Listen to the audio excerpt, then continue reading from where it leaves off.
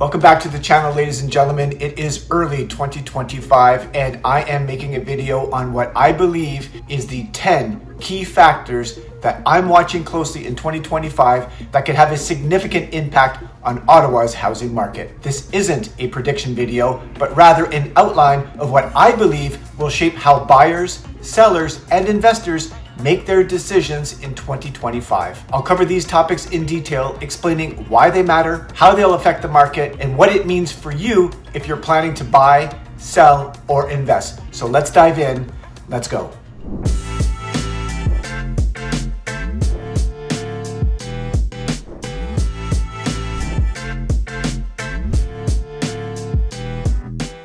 All right, first and foremost, let's tackle the elephant in the room, and that is interest rates, or the cost of borrowing, and why it matters. Well, interest rates determine the affordability for most buyers. The Bank of Canada held the overnight lending rate at 3% as of January 2025. This directly impacts variable mortgage rates and has contributed to slower market activity throughout 2024. Impact on the market. Well, higher rates mean reduced purchasing power, limiting what buyers can afford. I think everybody knows that. In Ottawa, where the average home price in December of 2024 was $645,000, even small interest rate increases could price some buyers out of the market. Fixed rates, which are tied to government bond yields, are slightly lower but remain above 4.5%. A decline in rates could reignite demand, but as always, lower rates often signal a weakening economy. The second factor that I'll be watching out for is the unemployment rates. Jobs and wages fuel the home buying activity, and this is basic economics, and we all know that. The national unemployment rate was 5.4% in December of 2024, but in Ottawa, it tends to stay just below the national average due to our large public sector workforce. However, with ongoing discussions of government spending cuts, we'll need to watch for changes here. If unemployment rises, fewer people will qualify for mortgages, which can soften demand. Conversely, Ottawa's historically stable job market may act as a buffer, keeping the local market relatively strong compared to other cities. This stability is one of the reasons Ottawa's real estate market remains resilient in the face of national downturns. The third thing that I'll be looking out for closely here is, of course, the federal election. With the federal election expected between March of 2025 and, of course, October 2025, uncertainty will impact market confidence. Policy decisions, whether from current government or from a new government, could bring changes to taxation, housing affordability programs, or immigration policies. During the months leading up to the election, many buyers and sellers may adopt a wait-and-see approach, slowing market activity. Historically, elections tend to pause decision-making, especially in major financial commitments like buying or selling a home. Number 4 is housing starts. Now, this typical stat typically revolves around the center of the universe, which is Toronto,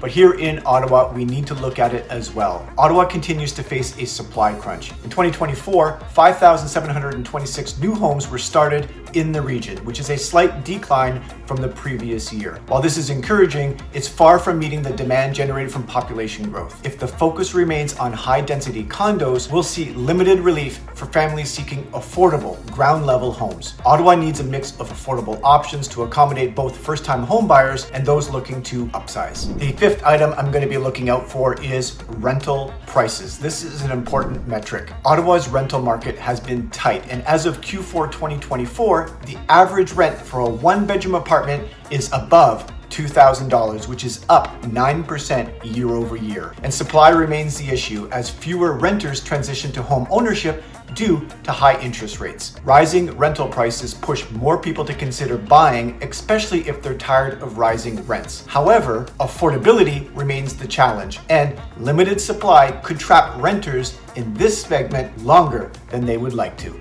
You can bet that I'll be watching this statistic fairly closely, and I'll do my best to update you in the quarters ahead. Number 6, a really key important stat is the mortgage renewals, and I'll do my best to update you on a quarterly basis on this one as well. Roughly 28% of mortgages in Canada are set to renew in 2025, many at rates significantly higher than what borrowers locked into 5 years ago. Ottawa homeowners who secured rates around 2% in 2020 will face renewals closer to 4.5% or higher. This payment shock could push some homeowners to sell, especially if they cannot manage higher monthly payments. However, many lenders offer options like extending amortization periods, which may help avoid a wave of forced sales. Rest assured, I'll be watching this and I'll be trying to send you updates on a quarterly. All right, number 7, although it's not a stat or a trend that I'll be following, there are 2 new rules that I wanted to submit to you on this video that were introduced in late 2024 with the aim to make home ownership more accessible. First, there's a 30-year amortization for insured mortgages, so under 20% down, and 2, CMHC insured mortgage cap increase from $1 million to $1.5 million.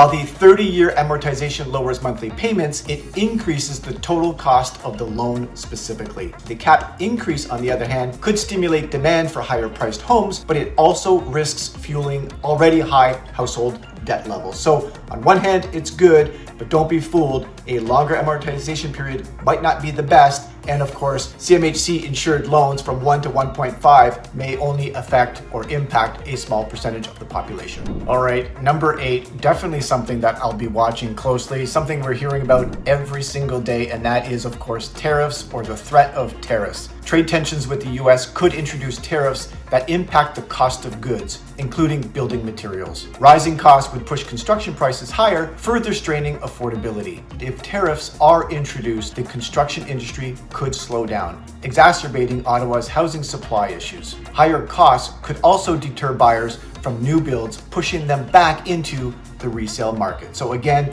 definitely something that we got to be looking out for as we approach February and the threat of tariffs.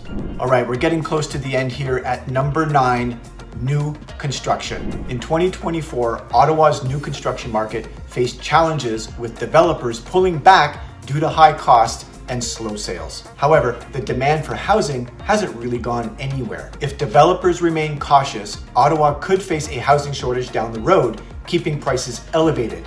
But if rates decline and confidence grows, we may see renewed interest in pre-construction properties. All right, last but not least, number 10, sales volume. Are the buyers coming back? The number of homes sold in Ottawa was 14,232 in 2024, which is a 5.6% decrease from the previous year. Sales volumes reflect buyer confidence and market health overall. Obviously, if rates fall and new policies make buying easier, we could see sales pick up. More activity would also help stabilize prices, which softened slightly in 2024. However, sustained low sales volumes could put further pressure on inventory. So there you have it, ladies and gentlemen. There is a lot that influences the housing market here in Ottawa, and it is fluid. It is forever changing. So there's a lot to keep an eye out. I aim to do that throughout 2025. Reach out to me if you want to discuss the housing market in more detail. Of course, I'm here to help you out. And of course, check out new neighborhoods, check out some new homes, whatever it is from a real estate perspective, reach out to me. I'd be very happy to help. If you have any questions at all, reach out. I enjoyed putting this video together. Happy 2025, and I look forward to the next video. And until then, take care.